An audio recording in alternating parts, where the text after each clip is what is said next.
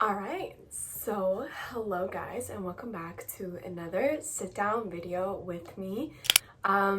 First of all, look at this beautiful light. So I want to take advantage of the natural light that I have.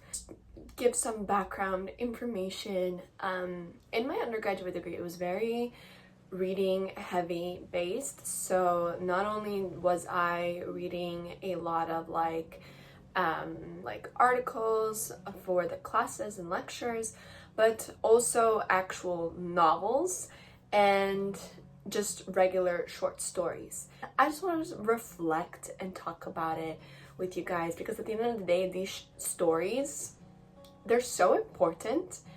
The way how we think, the way how the world is portrayed through these stories, and these stories are from like the Greek philosophers to today. So it's a wide range and they talk so much about who we are as human civilization.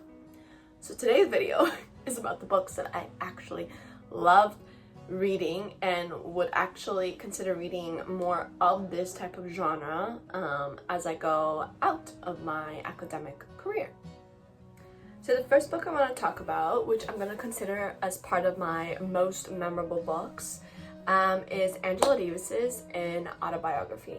Now, this book is essentially about how, from her childhood to her political activism in the US, she was born in Alabama, and so we see how her environment influenced her wish to become a political activist. And she, from what I remember, she was also in the Black Panther. She was a civil rights activist in the 1960s, even to today. She's also a feminist as well.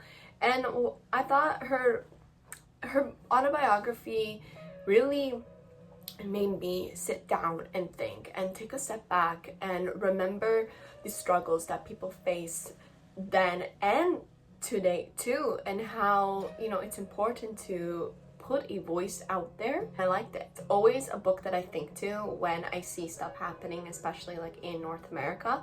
So in my head, I'm like, okay, this is definitely a book that should always be taught and recognized even for years to come.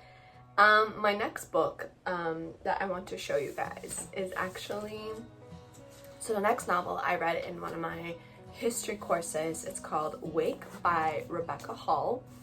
And this book is so cool because not only are the graphics beautiful.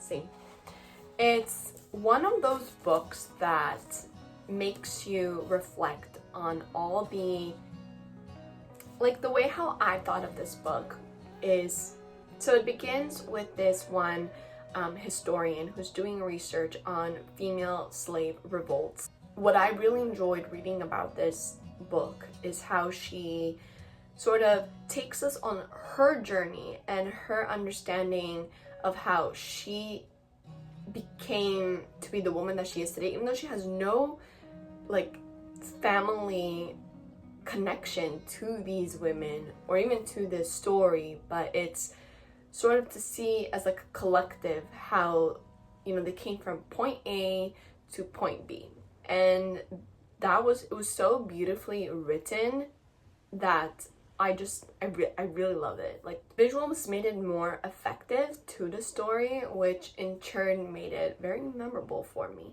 I have 5 memorable ones, so we're getting there. We're halfway through now. The third one is the Decameron by Giovanni Boccaccio. Now, this was from my Renaissance course that I took, and what I thought was so interesting was first of all, guys, I didn't read the entire book for this class, but we read so much of it that I think I can still kind of like sprinkle my own opinion in it.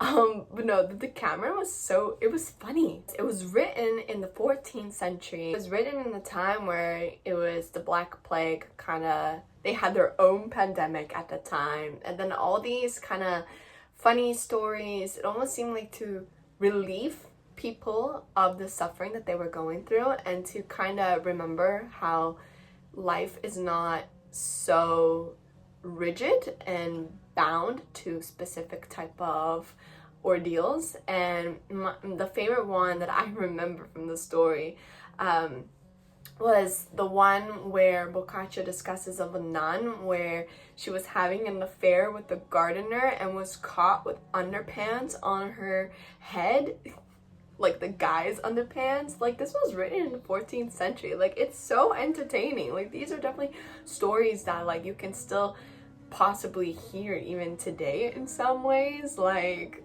obviously there's like a other meaning why Boccaccio probably wrote this story in terms of like morals and like how women should act and yada yada, but beyond that, you know, life should not be taken that serious, and his stories definitely show a sense of that. So the next book is actually from one of my Ottoman history courses that I took. It's called Felatun Bey and Rakim Efendi, an Ottoman novel.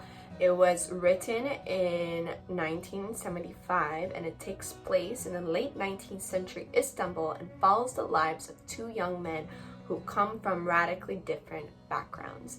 And it, again, like a lot of the books that I really enjoyed in my undergrad had to do a lot about like social history. So it's about the lives of people and how life really was in these stories, especially those that are written so long ago. We tend to forget that, oh, like, yeah, things were a lot more perhaps conservative in many ways compared to today, arguably. But there was still, you know, there's still something so human about these stories, and still there's this aspect of relatability no matter how much time has passed, and this is one of them. And it's a memorable book for me because reading through these lives of these two young men and how they thought about marriage, how they thought about love, how they thought about having slaves in their home, very culturally different, right? So seeing these, you know, seeing this novel and having, you know, reading about it and remembering how it was so different in Western Europe and that sort of civilization makes you really remember, okay, not everything was just about Europe. Even though some might consider Istanbul European, which maybe culturally might align itself with more, but still there's a lot of beauty in it and a lot of differences in it, and so I really enjoyed reading about it. So my fifth book that I want to talk about that, like, as most memorable books was The Lucky Child by Marianne Apostolidis. Really cool book. It was published in 2010. It basically, so just the summary on Google, how do we construct the story of ourselves and our countries? How do we know our histories, our memories, our identities? These are the questions that compelled Marianne Apostolidis to ask her father about his childhood in wartime Greece. So, from what I remember, wartime Greece has to do after World War II and sort of their like Civil War era clashes of political ideologies. I really enjoyed this novel because it's sort of like, it discusses how certain memories are passed on to generation, and we have these memories, these stories, and in hindsight they have a lot of trauma embedded in them, and we see how, you know, it's a journey of how our families move from place to place. And an honorable mention in the most memorable books that I read, that I remembered after I had written down, is the Bhagavad Gita, which is actually a Hindu scripture written a very long time ago. And to me, it was kind of like a poem, and I loved it. The concept of Dharma and yoga and jhana and this one other Vedic concept called, and I think that's how you pronounce it, Bhakti.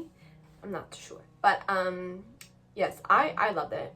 It was beautifully written and talks about kind of the cycle of one's soul, which sometimes is kind of refreshing to read about when you're in undergrad degree, reading about so many different type of books, and sometimes these philosophical ones really like to place a good impression.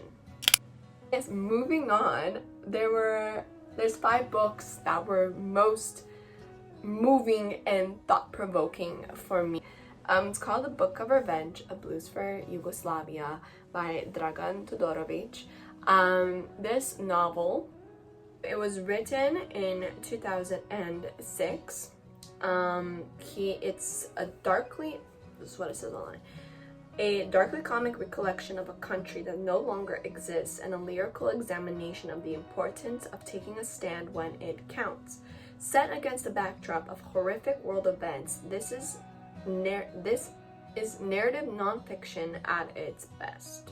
Yeah, so this novel, what really stood out to me is, even though like my family is not from Serbia specifically, but being able to relate to some of its content, and one of the biggest takeaways for me is how in this part of Europe, it almost seems like war is in everyone's generation one way or another, and it's up to us to break this. Again, it has to do with like trauma and cycles, and it really just stood out to me because, as I'm going to mention one of the other books that I really liked that was thought-provoking for me, it's like you have all these stories that you hear from your family members, or even like if you're living there, you see physically remnants of these wars and the trauma that many people face. It's everywhere sometimes around you. You know, that can take a toll on you. So reading this book, it almost asks the question, okay, now you've heard these stories, now what are you gonna do with it? Are you gonna stand up when it counts, or are you gonna just follow this cycle that seems to happen with each generation born in this part of the world? I wish I had my book because there's so many memorable quotes from there, but I don't have it, but that's okay. I think if you hear the passion in my voice, you know that it was very thought-provoking, so that's why it was like number 1 on my list.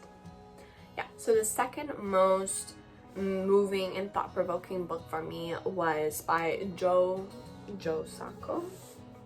Yeah, Joe Sacco, published in 2000, and I read it in the comic book that he made. This is how it looks like. There we go. This is how it looks like. So Safe Area Goražde is a journalistic comic book about the Bosnian War. It was published in 2000, as I just said. The book describes the author's experience during 4 months spent in Bosnia in 1995 to 1996, and is based on conversation with Bosniaks trapped within the enclave of Goražde. It's very traumatic. It has to do with war, and it's graphic, very graphic about it as well. So if that's something that you don't like to see, then I don't recommend maybe reading it. But the book itself was very moving. You know, it was very heartfelt and touching, and just makes me so sad. Again, you know, having that reflection of every generation goes through something, and that's why we have these stories, and now we must learn from them, or else it's just gonna continue, and the cycle will not be broken. And speaking of books about when you hear these stories, what do you do with them? So The Truth About Stories, written by Thomas King, was published in 2003, and it's actually a collection of lectures and a biography based on the depth of Indigenous experience and imagination. And what I really enjoyed about this novel is how with each chapter, he'll always finish off with this. Do with it what you will. Cry over it, get angry, forget it, but don't say in years to come that you would have lived your life differently if only you had heard this story. You've heard it now. So again, it follows this kind of same strain of thoughts. Like, okay, you hear these stories, then what are you going to do with it? Are you going to stand up when it counts?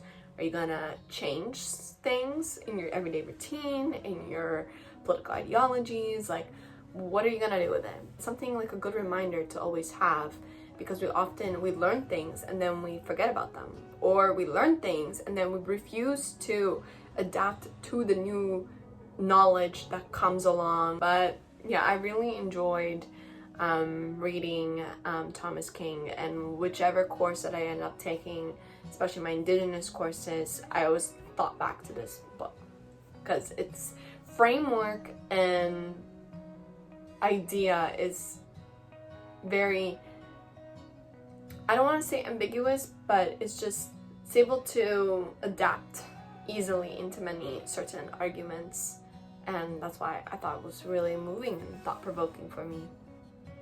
My fourth most thought-provoking book was Homage to Catalonia by George Orwell, and it's a 1939 memoir written by him in which he recounts his personal experiences and observations while fighting in the Spanish Civil War. And yeah, this book, it's interesting to see how the willingness to fight for what's right, like for democracy, for anti-fascism, was so impactful at this time. And just to see the passion to fight for what's right, I think it's a human aspect of us that we all have, and it just takes a matter of courage to stand up and fight. But when we do have that courage, we understand the impact of our actions that follow. My final most moving and thought-provoking book is called The Prince by Niccolo Machiavelli, and it's a 16th century political treatise written by the Italian diplomat, philosopher, and political theorist Machiavelli. And it's a realistic instruction guide for new princes. The Prince shocked many readers by assuming that immoral acts are justifiable if they achieve political glory. Now, no matter what century you're in, this book is so applicable. Like, it continues to showcase itself how power can be abused and justified, and the depth that it can reach. But the sad thing is, though, no matter how many times you read novels about the abuse of power, it still continues. And I guess, again, no matter how many stories we are told, it's what you do with them and how to prevent these stories, real life stories, from happening again. What do you do with it? It's such a simple question. It's so hard. Such a hard and simple question. It's actually unbelievable how, nobody has the answer for it. So beyond these 5 books that I thought were thought-provoking, and beyond these books that I thought were most memorable, there are only actually 3 that I'd be willing to reread again. The first book, which is kind of like relevant, I guess, for 2025, because we have the Odyssey coming out. I don't know if it's this year or the next. Anyways, if you don't know, it's based on a Greek epic about this one man, Odysseus, I believe it's called. Yes, Odysseus. And he goes on a journey through war, finding his way back home. Although, like, he's kind of like the man who, like, will always go to war, be like, huzzah! And then so Margaret Atwood's book, The Penelopiad, is about Penelope, and it's actually a novella. And Penelope is the wife of Odysseus, and she is just stuck in her castle. Yeah, so it's basically a rewrite of ancient myths, and I thought it was so good. And so it's about hardship and heartbreak during life in ancient Greece as a woman. And yeah, it was such an easy read, but such an enjoyable and impactful one that I would definitely reread again. That's one of them. So the second novel that I would definitely reread again, it's much longer than the novella. It's Mary Shelley's Frankenstein. It's about the story of Victor Frankenstein, who plunders graveyards for the material to fashion a new being, but whose botched creature sets out to destroy his maker, would become the world's most famous work of horror fiction, and remains a devastating exploration of the limits of human creativity. like this one. I think it shows like the human condition for the willingness to be loved and to love, and how sometimes it can turn us into villains in doing so, and sort of the depth of creativity and to what extent a person will go, like how far a person will go to continue doing what they like. So yes, my third, I guess this wouldn't be book, it's more of a short story. I read it in one of my English courses, and it's called Brokeback Mountain by Annie Prolux. And it's about some powerful and poignant exploration of love, longing, and the human condition. I would agree that it's also in the book. It's in the New Yorker, so if you have a New Yorker subscription, I definitely recommend it to read it if you have not yet already. And I actually didn't know that it was a New Yorker short story. Until that course, I didn't realize that the New Yorker actually is known for its short stories. And I really enjoyed it. Because the movie is famous, I really liked how I was able to read the story. I have yet to watch the film. So Brokeback Mountain I still have saved as in my iPad, and yeah, that's definitely a story that I would love to reread again. It was something very beautiful and powerful about love and human condition that I really liked, quite philosophical in some ways. The conclusion, I just want to say, higher education is so hard to achieve today. It can be very expensive and sometimes not feasible for many people. So the privilege to have been able to read such like a wide variety of stories in all my years of uni has shown me the power of stories. And had I not been in university, I wouldn't have been introduced to so many interesting and compelling stories that clearly create an impact in human society, but it's just our choice to read them.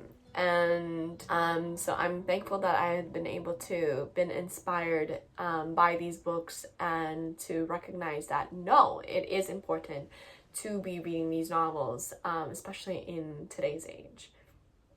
And yeah, that kind of goes on with like my wish. Like I wish that as I go on in life to continue learning and unlearning.